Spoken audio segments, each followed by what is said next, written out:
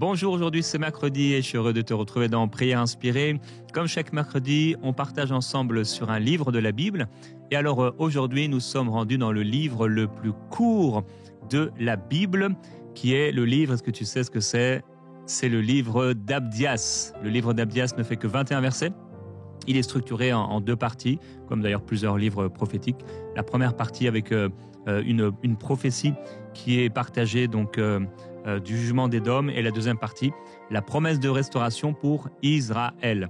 Alors on est à peu près en moins 586 avant Jésus-Christ, après la chute en fait de Jérusalem. Et dans ce livre, on ne sait rien sur Abdias, à part ce que signifie son nom. Ça veut dire serviteur de Yahweh. Mais ça va être un des prophètes où on ne sait absolument rien sur sa vie. C'est déjà un message en soi, quelque part. Hein. On est juste des canaux et des serviteurs. Alors on est dans une génération où on parle beaucoup du serviteur de Dieu, l'homme de Dieu, voilà, qui il est, ce qu'il a fait et tout ça. Mais n'oublions jamais que le plus important, c'est ce qu'il annonce. Et c'est le message du prophète, plus que le prophète lui-même. Alors le contexte historique, donc c'est Jérusalem a donc été envahie par les Babyloniens. Et il y a les Édomites, donc peuple voisin des descendants d'Ésaü, qui vont se réjouir de la chute d'Israël et qui vont profiter de sa faiblesse. Et donc le prophète Abdias va dénoncer leur orgueil, leur violence et leur trahison. Alors, les thèmes majeurs de ce livre, qui est très très court, ça va donc être le jugement contre l'orgueil d'Édom, la justice de Dieu, puisque ce que les nations ont fait contre eux, ça va leur être rendu, et vont recevoir en retour. Et on va voir la fidélité de Dieu pour son peuple, fidélité qu'on voit exprimée un peu partout dans la parole, bien sûr. Quoi d'autre à partager ? C'est sûr que ça va résonner avec ce passage de Proverbe qui dit que l'orgueil précède la chute. Ça, on le voit très très bien dans ce livre, puisque Dieu voit et jugera toute injustice, et même quand elle paraît être oubliée. Et c'est ce qu'on va voir à la fin du livre, avec également le rétablissement. On doit donc veiller pour nous, et c'est aussi un message de ce livre, à ne pas nous réjouir de la chute de nos ennemis ou de nos frères, et de pouvoir garder notre cœur. Alors, le verset clé pour ce livre d'Abdias, ça se trouve dans le verset 15, « Car le jour de l'Éternel est proche pour toutes les nations. Comme tu as fait, il te sera fait. Tes œuvres retomberont sur ta tête. » Ça, c'est le jugement de Dieu. Et on a rappelé hier que merci à Dieu, merci à Christ qui nous a rachetés de cette malédiction, qui nous a justifiés par son sang. Nous sommes saints en lui et nous pouvons nous présenter devant lui, pas comme des mendiants, mais comme des enfants de Dieu, comme Esther s'est présentée devant le roi. Quelle grâce nous est donnée. Aujourd'hui, on va partager donc avec Dorothée Radia, pasteur de l'église Paris Centre Chrétien, sur la prière de la foi qui domine le monde invisible par l'autorité spirituelle. J'ai dit, waouh, ça c'est un sacré titre. Et je te laisse la parole pour l'encouragement du jour. Ok, alléluia. Eh bien écoutez, c'est une joie, un privilège de vous retrouver sur une thématique qui est aussi importante que la prière et la prière de la foi. Mais avant d'entrer dans toutes les choses que j'aimerais vous partager, j'aimerais arriver sur ce thème et parler de pourquoi on a besoin de prier. Moi, je sais que dans ma vie, je me suis souvent posé la question, mais si Dieu est si puissant, si Dieu est omnipotent, omniprésent et omniscient, en fait, pourquoi j'ai besoin de prier ? Est-ce que je pourrais y arriver sans prier ? Alors la prière est une chose merveilleuse parce qu'elle nous donne la communion avec Dieu, elle nous rapproche de Dieu. Mais la prière aussi, elle est nécessaire pour que les choses se passent sur la terre. Alors, j'ai mis du temps dans ma vie personnelle pour comprendre que on a besoin de prier et que c'est une nécessité, qu'on ne peut pas en faire l'impasse si on veut voir le plan de Dieu, la volonté de Dieu s'accomplir sur la terre. Alors, ça paraît paradoxal parce qu'on se dit, Dieu est si grand, pourquoi il doit passer au travers des hommes pour prier ? Est-ce qu'il ne peut pas faire ce qu'il veut sur la terre ? N'est-il pas le Créateur ? N'est-il pas le Dieu de ce monde ? N'est-il pas celui qui a créé les arbres, les plantes, les anges, les démons, les hommes et tout ce qui existe ? Alors pourquoi est-ce que Dieu serait limité ?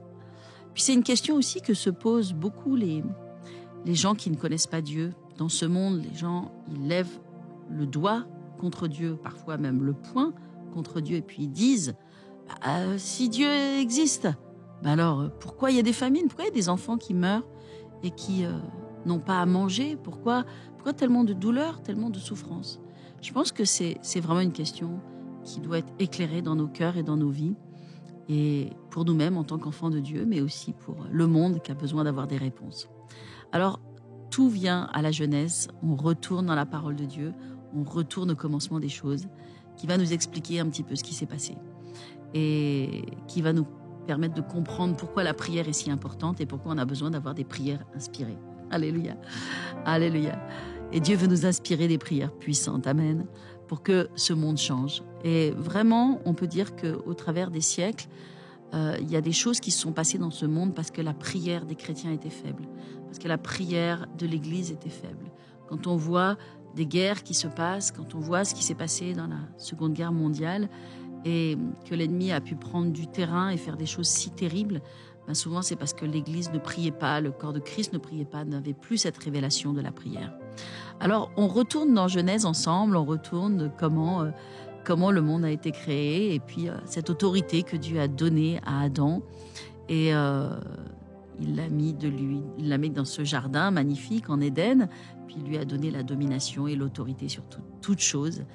Et c'est comme ça que Dieu nous a créés. Donc quand Dieu nous a créés, il nous a créés avec la domination. Il nous a donné la domination. Il y a une part d'autorité que nous avons sur cette terre qu'il n'a plus entre ses mains, qu'il a remis entre nos mains pour que nous soyons enfants de Dieu, que nous soyons ceux qui dominions sur la terre. Et c'était vraiment le cœur de Dieu, le plan de Dieu, que l'homme domine sur la terre. Alors, on sait ce qui s'est passé à un moment donné.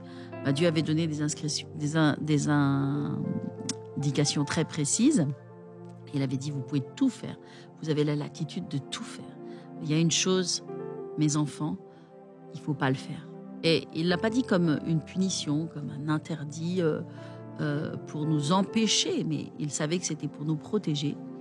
Et il a dit, voilà, cet arbre de la connaissance du bien et du mal, vous n'avez pas besoin d'y toucher. Ça, vous n'y touchez pas. Puis on sait que Satan, Lucifer, il était dans cet arbre-là. Et Ève, elle s'est approchée. Et puis, on sait ce qui s'est passé. Et en fait, Adam et Ève ont choisi de manger à ce fruit. Ils ont choisi de manger un arbre qui n'était pas le bon arbre, qui a fait qu'en fait, ils ont choisi un autre chemin que le chemin de Dieu. Une autre voie, une autre direction. Et quand ils ont fait cela, cette autorité que Dieu leur avait donnée sur la terre, en fait, ils ont choisi de la soumettre à Satan. Ils ont choisi d'obéir, de croire dans la parole de Satan, de soumettre leur autorité à Satan. Et c'est la tragédie de notre monde. C'est pourquoi on en est là aujourd'hui. Et c'est pour ça que Dieu a dû échafauder un plan de salut, un plan de rédemption pour nous ramener dans notre autorité et notre domination. Et c'est comme cela que le Fils de Dieu est venu lui-même sur la terre pour porter nos péchés, nos fautes, depuis Adam, prendre la transgression dans sa propre chair. Et c'est pour ça que le message de l'Évangile s'appelle la Bonne Nouvelle. Et c'est pour ça aussi qu'il n'y a pas un livre noir, voyez. Ce livre noir, qui est la Bible, qui est la parole de Dieu, il y a plein d'autres livres noirs sur la terre, mais il n'y en a pas un comme celui-là, parce qu'il n'y en a pas un qui fait le job pour toi. Dieu a fait le job pour toi. Dans toutes les religions, dans toutes les philosophies, c'est toi qui dois acquérir ton salut. Et puis tu sais jamais vraiment si tu peux être sauvé, mais c'est toi qui dois faire par tes efforts. Tu dois essayer d'acquérir ta propre justice auprès de Dieu. Et c'est pour ça que la Bible, c'est vraiment le livre de Dieu. C'est un livre révolutionnaire comme nulle part au monde. Et c'est vraiment une des choses importantes dans Prière inspirée, de rappeler l'importance de lire la Bible, de lire la parole de Dieu. Et je vous le dis, lisez la parole de Dieu parce que c'est un livre exceptionnel, qui est unique. Et donc c'est Dieu qui a fait l'œuvre pour nous. Et il est venu nous racheter, nous repositionner, nous ramener dans cette place d'autorité. Et c'est pourquoi la Bible parle du premier Adam et du deuxième Adam. Donc le premier Adam a chuté, le deuxième Adam est venu nous restaurer dans cette position nouvelle, dans cette position dans laquelle nous retrouvons notre domination. Et donc maintenant, c'est nous qui exerçons l'autorité sur la terre. Et ça se voit dans les Écritures. Et justement, à ce sujet, j'aimerais parler donc de la prière de foi qui domine dans le monde invisible par l'autorité spirituelle. Et pour cela, j'aimerais qu'on lise, Marie, Éphésiens 6, 12. Car nous n'avons pas à lutter contre la chair et le sang, mais contre les dominations, contre les autorités, contre les princes de ce monde de ténèbres, contre les esprits méchants dans les lieux célestes. Alléluia. Eh bien, la parole de Dieu nous dit que nous n'avons pas à lutter contre la chair et le sang. C'est-à-dire, nous ne sommes pas là pour lutter contre des êtres humains, mais oui, il y a un combat. Et ce combat, il est contre des êtres invisibles, contre des autorités, des dominations, des princes de ce monde de ténèbres. Et ça, on va comprendre pourquoi on doit prier. Et ça nous est vraiment bien expliqué au travers d'une situation qu'a vécue Daniel, un homme de Dieu très puissant dans la Bible. Et je vais remettre un petit peu le contexte, et puis Marie va nous lire le verset. Alors, dans le livre de Daniel, Daniel est un homme de Dieu qui marche avec Dieu, qui est proche de Dieu. Et en fait, Dieu veut lui donner la révélation de la fin des temps. On dit du livre de Daniel qu'il est l'Apocalypse de l'Ancien Testament. L'Apocalypse nous donne toute la révélation de la fin des temps. Et bien, déjà depuis l'Ancien Testament, Dieu avait voulu déjà nous partager ce qui allait se passer dans la fin des temps. Il avait choisi Daniel pour lui révéler tout ce qui allait se passer, tous les royaumes qui allaient venir. Et vous voyez, il n'y a pas de hasard. Dieu connaît toutes choses et c'était déjà révélé dans la parole de Dieu. Alors, il s'est passé un événement dans Daniel 10 et on va lire à partir du verset 12. Il me dit, Daniel, ne crains rien, car dès le premier jour où tu as eu à cœur de comprendre et de t'humilier devant ton Dieu, tes paroles ont été entendues, et c'est à cause de tes paroles que je viens. Alléluia. Alors, en fait, dans cette situation, on voit que Daniel a choisi de se mettre à part et de prier et de demander à Dieu cette révélation. Et Dieu veut lui donner cette révélation. Et d'ailleurs, c'est Dieu qui a mis dans son cœur le vouloir et le faire. C'est Dieu qui a mis dans son cœur de recevoir cette révélation. Et il demande à Dieu. Et figurez-vous que cette prière va être combattue et elle va mettre 21 jours pour avoir l'exaucement. Et la chose qui est merveilleuse dans le livre de Daniel, c'est que Dieu va ouvrir le rideau, et il va nous montrer ce qui se passe derrière le rideau. Et bien souvent, mes amis, nous ne savons pas ce qui se passe derrière le rideau et ce qui s'oppose à nous. Et on prie, puis on dit je ne vois pas l'exaucement. Après, on va défaire nos prières parce qu'on va parler des paroles d'incrédulité en disant c'est pas la volonté de Dieu, Dieu ne le veut pas, etc.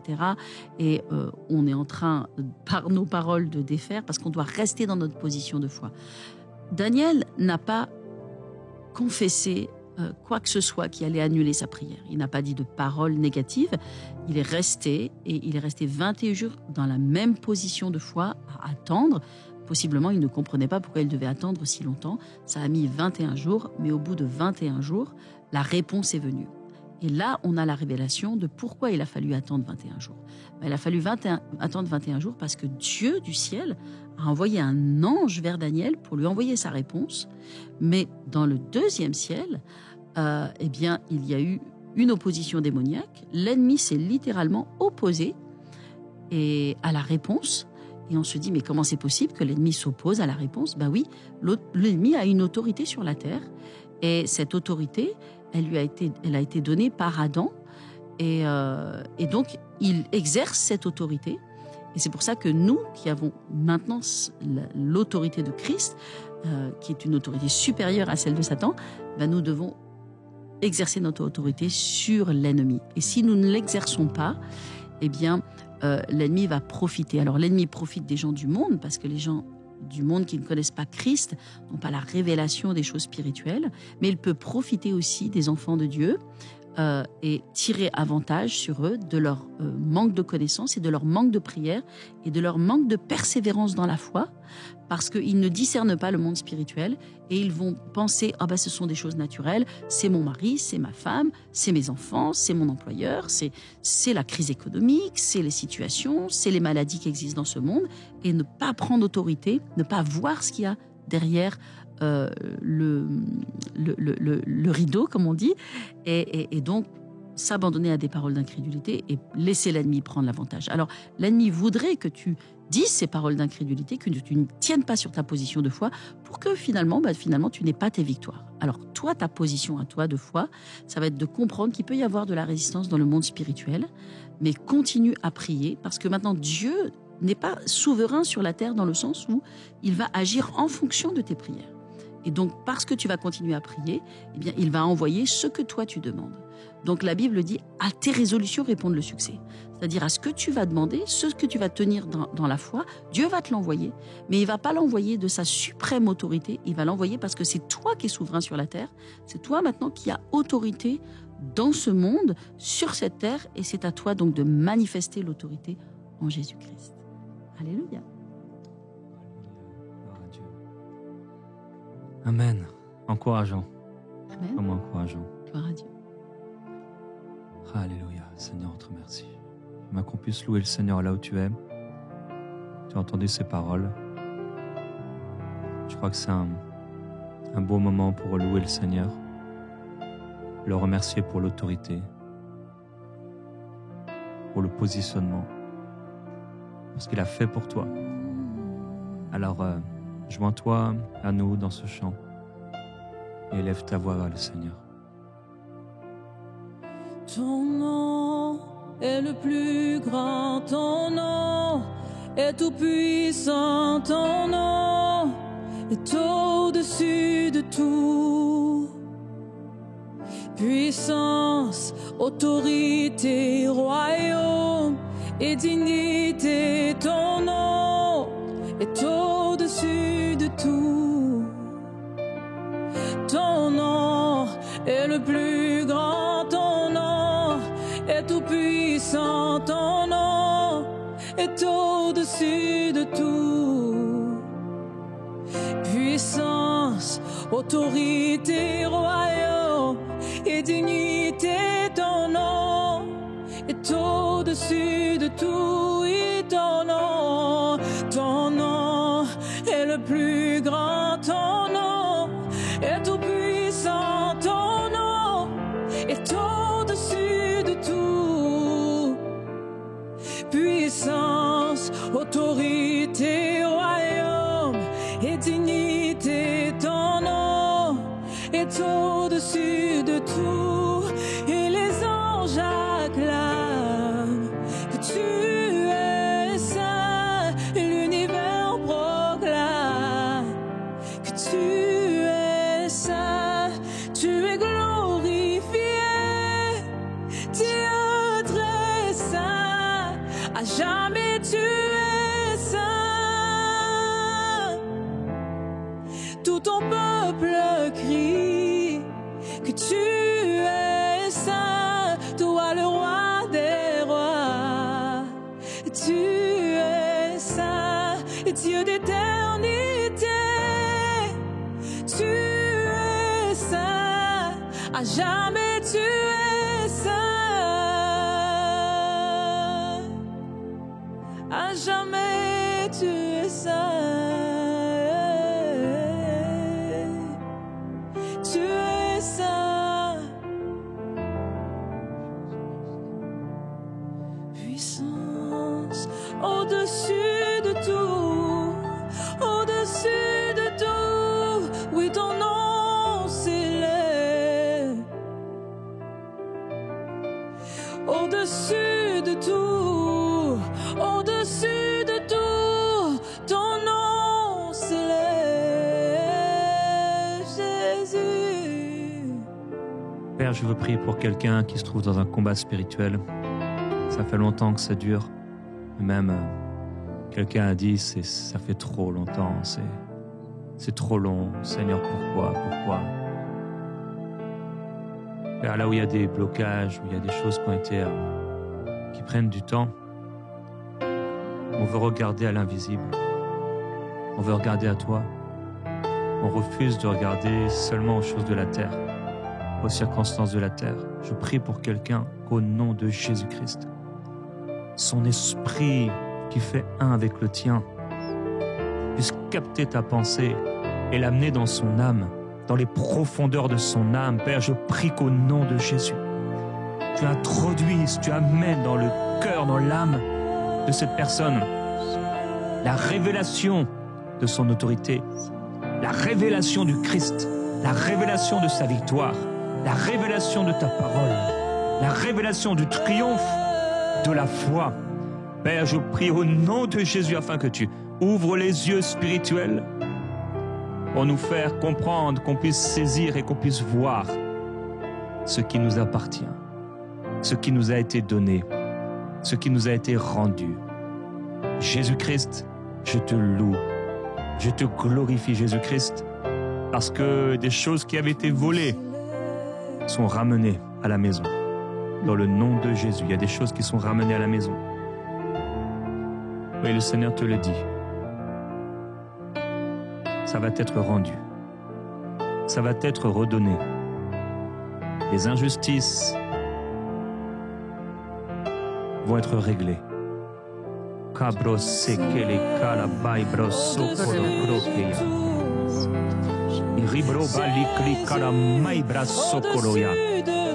Je m'oppose au nom de Jésus-Christ à toute injustice au niveau de la justice humaine, toute injustice judiciaire. Glorieux Jésus-Christ, merci parce que tu as accompli ta parole. Toutes les injustices au niveau du travail, il y a eu des choses, il y a eu des mensonges. Au nom de Jésus, j'appelle ta justice, j'appelle ton intervention, j'appelle ta gloire et nous prenons autorité au nom de Jésus. Nous reprenons cela, nous reprenons cela, nous reprenons ce qui est à nous. Dans le nom du glorieux Christ, le roi de gloire, j'appelle ta présence, Seigneur, ta présence qui remplit ce cœur, qui remplit cette vie, qui remplit cette âme, qui tout à coup est remplie d'espérance et de foi par rapport à ce que tu vas faire. Seigneur Jésus-Christ, Daniel était en prière, il est resté ferme sur sa confession de foi. Nous voulons rester fermes sur notre confession de foi, comme nous dit Hébreu. Oh, nous ne voulons pas et nous ne sommes pas de ceux qui se retirent pour nous perdre, revenir en arrière. Non, nous sommes de ceux qui persévèrent pour sauver notre âme et voir l'accomplissement des promesses de Dieu. Seigneur, merci. J'aimerais que tu dises, mon frère, ma soeur, avec moi, je vais persévérer et je vais voir l'accomplissement des promesses que Dieu m'a faites. Je vais le voir, je le vois par la foi, je m'en saisis par la foi, je prends ce que le Seigneur me donne. Je ne suis pas un voleur pour prendre ce qui ne m'appartient pas, mais je prends ce que le Père me donne au nom de Jésus et je reprends ce qui a été volé par l'ennemi. Alléluia, je le fais passer par le sang pour être purifié. Alléluia, des choses qui reviennent dans les maisons, je le vois. Alléluia, des finances qui ont été bloquées, des contrats, des terrains qui ont été volés, des choses qui ont été faites, mais c'est là où il y aurait dû avoir la justice, il n'y a pas eu la justice. Mais de la même manière d'ailleurs que Dieu a fait justice dans le livre d'Abdias avec cette prophétie et le jugement de Dieu et la restauration, le Seigneur va restaurer des situations. Alléluia, je te loue et je te glorifie pour les témoignages qui vont avoir lieu, Seigneur, qui vont nous être rendus dans les prochains jours. Là, cette semaine, ce week-end, quelqu'un va vivre un miracle. Il y a des choses qui se passent. Il y a un avocat qui était un avocat véreux, quelqu'un qui était faux, un juge qui était faux, un patron qui était faux, un témoin qui était faux. Et dans le nom de Jésus, il va y avoir un revirement complet d'une situation. Seigneur, merci pour la crainte de Dieu dans leur cœur, qui amène à établir une vraie justice. Alléluia. Alléluia. Merci Seigneur. Merci Père pour vraiment la position de foi qui est restaurée dans le nom de Jésus. Et vraiment, je crois et je vois que tu marches avec assurance, avec hardiesse, parce que tu comprends le monde spirituel. Et le fait de comprendre le monde spirituel te donne de la force et de l'assurance que même si tu ne vois pas les choses, tu sais que tu les as déjà. Et ça s'appelle la foi. F-O-I, la foi. Et la foi est une puissance. Alléluia. Alors, vraiment, c'est vrai que le rôle de l'ennemi, c'est de te faire vaciller. De nous faire vaciller dans la foi. Et j'avais cette image, comme quelqu'un qui marche un peu sur une corde raide. Et quelqu'un autour qui fait des gestes et qui essaie de déstabiliser, comme des choses qu'on voit parfois dans des jeux à Koh-Lanta ou je ne sais quoi, et des gens qui tiennent sur des rondins et l'ennemi qui ne peut pas toucher, mais qui veut bouger, déstabiliser. Et c'est ce que l'ennemi fait dans ta vie. Il vient avec des doutes, des paroles, des questions, et il veut te faire vaciller. Mais je vois que tu reprends courage et tu reprends force parce que tu te dis, ok, non, je comprends la parole de Dieu et je sais que quoi que je vois, ce sont des dispersions de l'ennemi. Ce sont des ruses et je vais rester ferme sur la parole de Dieu. Et Dieu te dit, reste ferme, tiens ferme dans le nom de Jésus. Alléluia. Et vois ta délivrance, vois ta victoire. Alléluia. Vois le salut arriver, vois tes enfants revenir. Tiens ferme, quel que soit le temps que ça demandera, tiens ferme et sache que Dieu est avec toi. Et continue simplement à prier, non pas pour réclamer à Dieu, mais prends autorité sur les œuvres de l'ennemi. Et on va prier ensemble, parce que dans le nom de Jésus, nous avons ce nom qui est au-dessus de tout nom et qui brise le joug de l'ennemi. Et dans le nom de Jésus, je prends autorité et nous nous mettons ensemble dans cette prière. Et je sais que tu es heureux de ce que tu n'es pas seul à prier, qu'on est tous ensemble à prier avec toi. Et dans le nom de Jésus, nous prenons autorité maintenant sur les esprits mauvais, sur les dominations, les autorités, les princes de ce monde de ténèbres, vraiment toute l'oppression démoniaque qui t'entoure au nom de Jésus. Et nous lui disons, recule maintenant, lâche prise dans le nom de Jésus et quitte la vie de cet enfant de Dieu dans le nom de Jésus. Et je commande à toute oppression, dépression, peur, doute, maladie, symptômes dans le corps, maintenant recule et pars dans le nom de Jésus. Et les paroles que tu as entendues, tu vas voir une différence. Tu vas voir un autre verdict dans le nom de Jésus. Je prie la victoire et vraiment je brise la puissance de l'ennemi sur ta vie au nom de Jésus. Et que vraiment la lumière brille dans les ténèbres et que tu sentes cette délivrance. Maintenant, tu respires mieux. La paix de Dieu revient dans ton cœur, la victoire, un esprit de joie et de célébration. Alléluia. La foi triomphe des épreuves. La foi triomphe des œuvres de l'ennemi. Alors reçois cette parole dans le nom de Jésus. Alléluia. Merci Seigneur. Alléluia. J'ai vu une femme à l'intérieur, tu sens comme s'il y avait des étages et il y avait un effondrement à l'intérieur. Mais c'est quelque chose de bon, quelque chose de bien que Dieu fait. Il y a un effondrement de ce qui avait été placé par l'ennemi. Il y a les appuis qui ne sont plus dans le nom de Jésus. Les fondations qui ne sont plus, qui étaient mauvaises, placées par l'ennemi. Et en effet, tu respires plus à l'aise, tu sens la délivrance, tu sens la libération. Reçois-la au nom de Jésus-Christ. Sois libéré dans l'intérieur, au plus profond de ton être. Tu es libéré par la puissance de Dieu. Alléluia. Je voulais terminer, j'avais à cœur, pendant que Sœur Dorothée partageait, et c'est drôle parce que j'avais à cœur de montrer, parfois on a la Bible et on ne voit plus la Bible, on voit de moins en moins la Bible. Même les pasteurs, souvent, ils ont leur Bible devant eux, on la voit moins.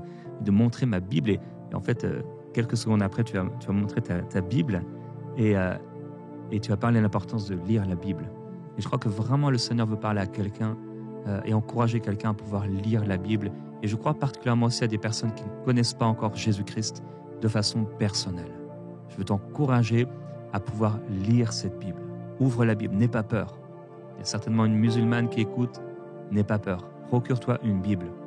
Lis les paroles de Jésus. Et tu vas voir qu'il est plus que le prophète. Ces paroles sont réellement des paroles de vie. Et ces paroles vont entrer dans ton cœur, changer ta vie. Approche-toi de lui en lisant sa parole. Tu peux aller sur emcitv.com/recevoir Jésus et tu vas entendre les paroles de la vie. On va t'accompagner dans une prière. Alors, ouvre ton cœur à Jésus-Christ. Lis la parole de Dieu. C'est la Bible. C'est Dieu qui te parle. Dieu a beaucoup de choses à te dire et il va te le dire alors que tu ouvres sa parole. On va se retrouver ensemble dans Prière Inspirée. Merci, Pasteur Dorothée.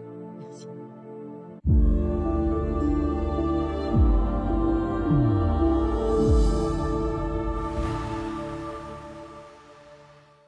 Chers frères et sœurs, vous tous qui attendez impatiemment la sortie de l'application Ma Bible, j'ai eu l'opportunité il y a quelques jours, lors de notre grande conférence Pentecôte 2025, de communiquer un message important concernant la sortie de Ma Bible et il faut absolument que vous puissiez l'entendre. Alors je vous invite dès maintenant à vous connecter sur le site mabible.app pour regarder cette vidéo. Que Dieu vous bénisse.